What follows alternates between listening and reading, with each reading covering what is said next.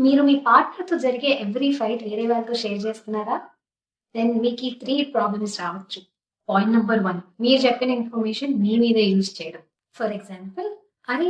తనకేం తెలుసు, తను నా దగ్గరికే హెల్ప్‌కొస్తుంది అనడం, ఆర్ మిమ్మల్ని సీక్రెట్‌గా జడ్జ్ చేయడం, ఆర్ మీకన్నా వాళ్ళు సుపీరియర్‌గా అనుకోవడం, మీ ప్రాబ్లమ్స్‌ని తీసుకొనెళ్ళి వేరే వాళ్ళకి చెప్పేయడం. Point number 2, heat of the మూమెంట్‌లో మనం వెళ్లి వేరే వాళ్ళకి ఇన్ఫర్మేషన్ అంతా షేర్ చేసేస్తాం. కానీ దాని తర్వాత మీరు మీ పార్ట్నర్స్‌తో ప్యాచప్ అయిపోవచ్చు. మీరే ఆ గొడవ మర్చిపోవచ్చు.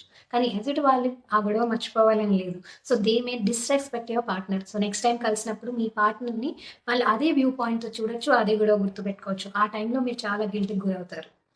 పాయింట్ నంబర్ 3, మన ఫ్యామిలీలో గొడవలున్నాయి కదా అని చెప్పి దొరికిన ప్రతి వాళ్ళని ఏం చేయాలి, ఏం చేయాలి అని ఒపీనియన్ అడగడం.